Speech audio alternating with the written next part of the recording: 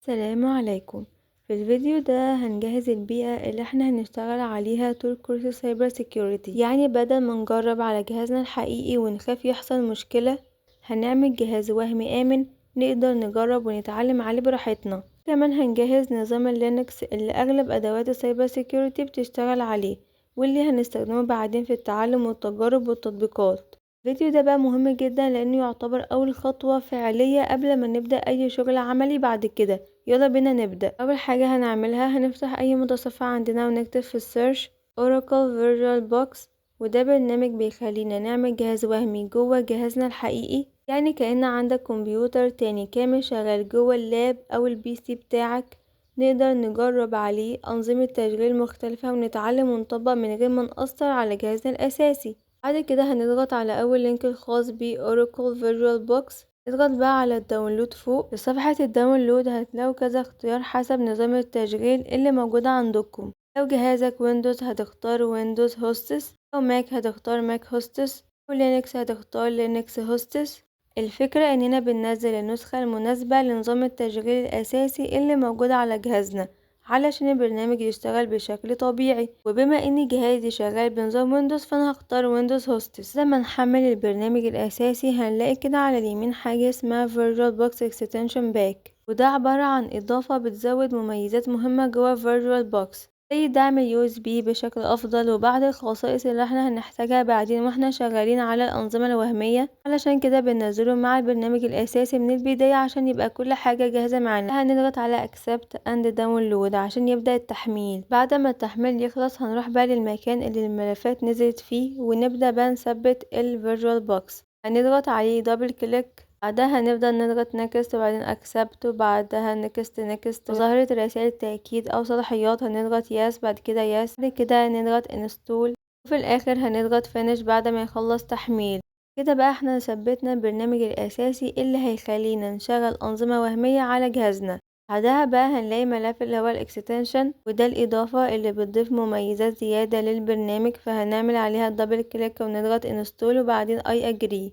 كده بقى البرنامج بقى جاهز بالكامل عندنا، ونقدر بعد كده نبدأ نضيف ونشغل أنظمة تشغيل وهمية زي مثلا الكالي لينكس. بعد كده بقى هنبدأ نحمل الكالي لينكس. هنكتب بقى في السيرش داونلود كالي لينكس، وخلينا اوضح بسرعة هو ايه اصلا. الكالي لينكس ده نظام تشغيل مبني على لينكس زي ما احنا قلنا قبل كده، وكمان متخصص بشكل كبير في مجال السايبر سيكيورتي، ان بيكون في ادوات وتجهيزات كتير بنستخدمها في التعلم والتجارب واختبار الامان والحاجات اللي احنا هنتعلمها بعدين خطوة خطوة. وعلشان كده اغلب الناس اللي بتتعلم سايبر سيكيورتي بتستخدمه لانه مجهز للحاجات دي بشكل اساسي. ظهر معانا بقى لينكات كتير، احنا هنضغط على جات كالي. ظهر قدامنا اكتر من اختيار لتحميل الكالي لينكس، منهم installer images و virtual machines. احنا بقى هنختار virtual machines ليه بقى؟ لاننا اصلا شغالين على Oracle VirtualBox، وده برنامج بيشغل انظمة وهمية جاهزة.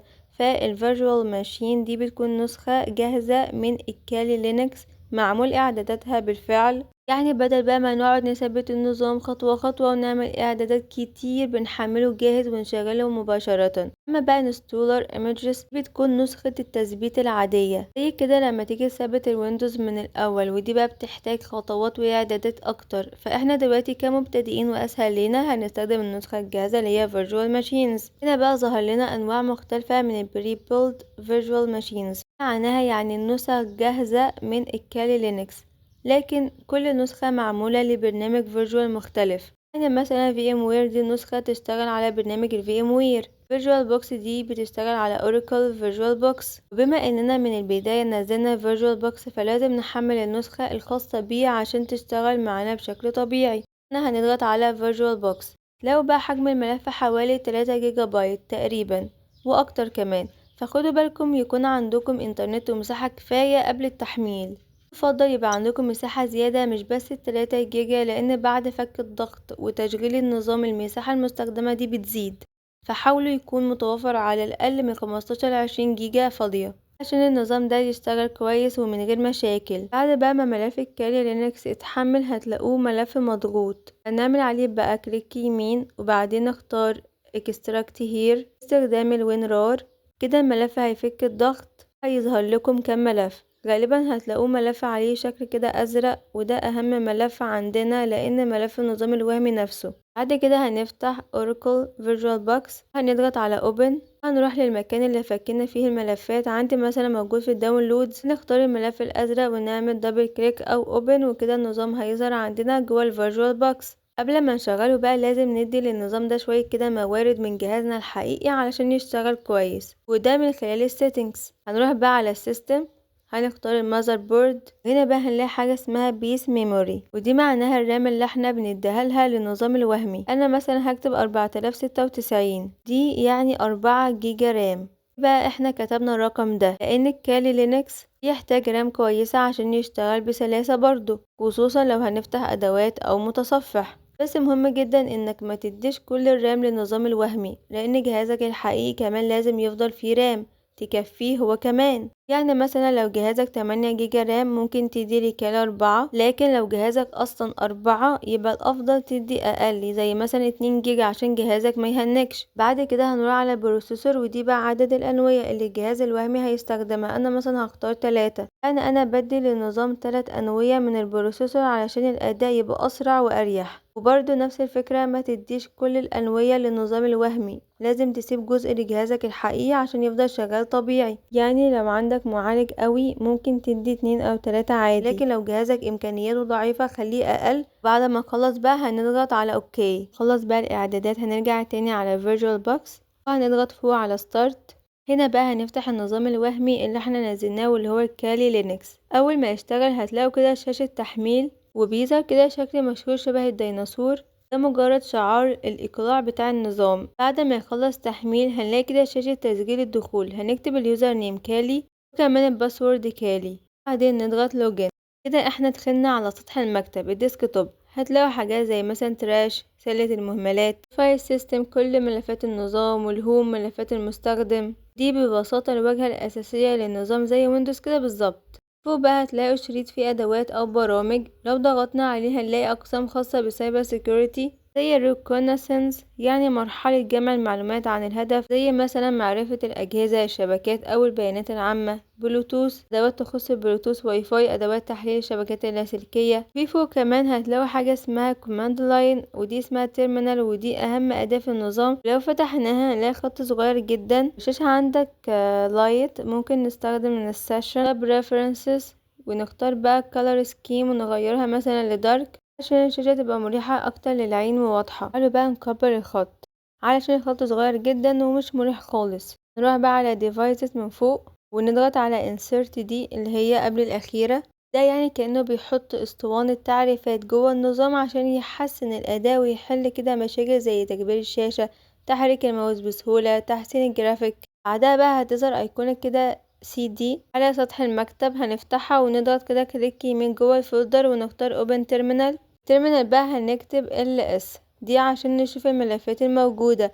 بعدها هنكتب الأمر المهم ده. الأمر ده بقى بيبدأ تثبيت إضافات الفيرجوال بوكس جوه النظام. نكتب بقى الباسورد، هنكتب كالي.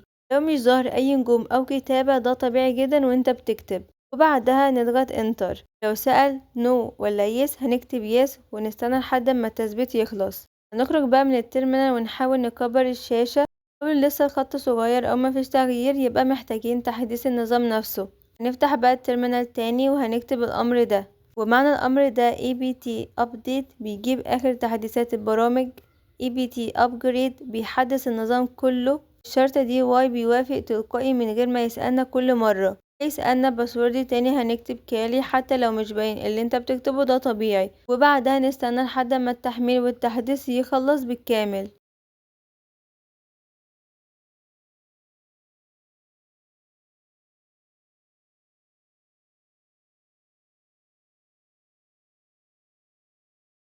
لو ظهر معاك ايرور في التحديث او الانترنت، احيانا النظام الوهمي كالي لينكس ما بيكونش متوصل بالانترنت صح، التحديثات تفشل او يطلع ايرور. تصلح بقى مشكلة الشبكة، نرجع لفيرجوال بوكس، نضغط على settings ونختار نتورك، بقى الدبتر 1 ونخليه attached to، نخليها نات. يعني ايه نات؟ دي ببساطة بيخلي النظام الوهمي بيستخدم انترنت جهازك الحقيقي بشكل آمن ويشتغل عادي. وبعدها نضغط اوكي. نختبر بقى الانترنت، هنفتح التيرمينال ونكتب بينج جوجل دوت كوم. ده معناه ان احنا بنختبر هل الانترنت شغال ولا لا. لو اشتغل كده هتلاقي كده بيانات بتتكتب وتتحرك. لو عايزين نوقفه هنضغط على كنترول زائد سي. لسه بقى في مشكلة هنكتب الامر ده، وده معناه ان هو بيحاول يصلح اي ملفات ناقصة او تحميلات وقفت، هو فيكس ميسن. تثبيت بقى ادوات مهمة، بعدها بنكتب الامر ده. وده بيعمل ايه؟ ده بيثبت ادوات مهمة جدا داخل النظام، زي مثلا ادوات تشغيل النظام بشكل صحيح، دعم اضافات الفيرجوال بوكس، تجهيز النظام للتحديثات والتشغيل السليم. نعمل بقى اعادة تشغيل النظام. بعد ما يخلص هنكتب سودو ريبوت، يعني الجهاز هيعمل الريستارت ويبدأ من جديد بشكل كده كويس جدا. بعد ما النظام يفتح تاني هنعمل بقى شيفت زائد كنترول ونعمل بلس بلس بلس بلس.